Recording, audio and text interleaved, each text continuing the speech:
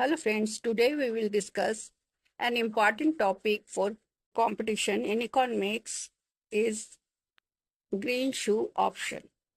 A green shoe option, also known as an over allotment option, is a provision in an initial public offering that is known as IPO.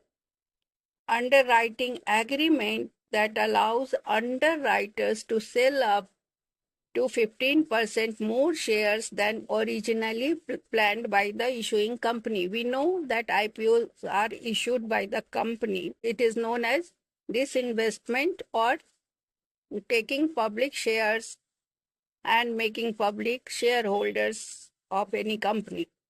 This mechanism is used to stabilize the stock price post IPO and manage excess demand or price volatility. It is named after Green Shoe Manufacturing Company. Now this company is named as Stride Right, the first to use this clause in 1919. How it works? Its purpose is to help and stabilize share prices by allowing underwriters to adjust the supply of shares based on market demand. It prevents sharp price spikes due to high demand or steep declines if demand is weak. How it works? Its mechanism.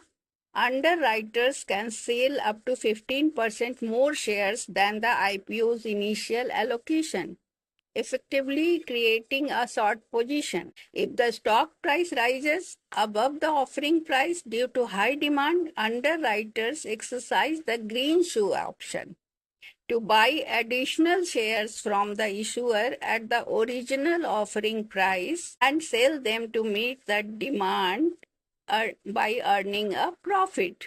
So, additional shares is purchased by the underwriters.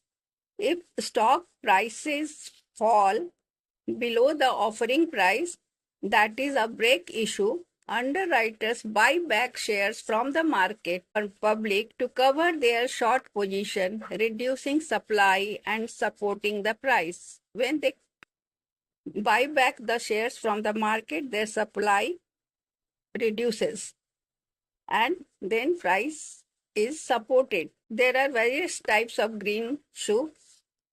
First is full green shoe. Underwriters buy the entire 15% of additional shares from the issuer if they cannot repurchase shares at or below the offering price before the price rises.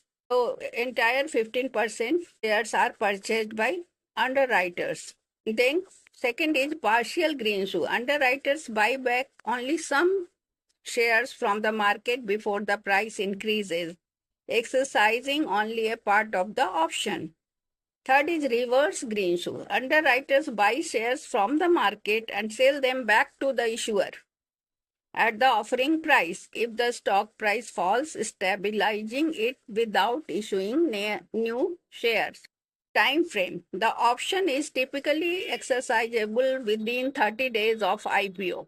Regulation. In the US Securities and Exchange Commission, sanctions of the green shoe option as the only legal method for underwriters to stabilize a new issue after offering price is set. In India, SEBI, that is Security and Exchange Board of India, introduced it in 2003 with similar guidance. Its benefit: price stabilization, balances supply and demand to prevent extreme price fluctuations. Investor confidence, reduces volatility, making the IPO more attractive to investors.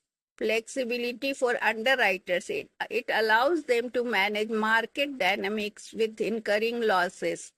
Increased capital. If exercised, the issuer raises additional funds by selling more shares. Suppose a company plans to issue 1 million shares at rupees 10 each. Underwriters anticipating high demand sell 1.15 million shares. So it is greater than 15% of the allotment. If the stock prices rises to rupees 12, they exercise the green shoe option to buy 50,000 additional shares from the company at rupees 10 and sell them at 12 and getting profit rupees 2 per share. If the price falls to rupees 8, they buy back 1,50,000 shares from the market at rupees 8 to cover their short position, stabilizing the price and earning rupees 2 per share. Its importance in economics. The green shoe option enhances the efficiency and competitiveness of IPO fundraising by reducing the risks for issuers and underwriters, promoting market stability, benefiting investors and broader economy, encouraging capital formation through successful IPOs, real-world cases. We see some cases which happened in the world. So we first take the company Alibaba in 2014. It is China's company. Underwriters exercised the green shoe option, issuing an additional 48 million shares worth 8 billion to meet the demand and stabilize the price. And in Facebook during 2012, underwriters sold an extra 63 million shares at $38 each, later buying back shares to stabilize the price when it fell below the offering price. So it is very important in fundraising by companies through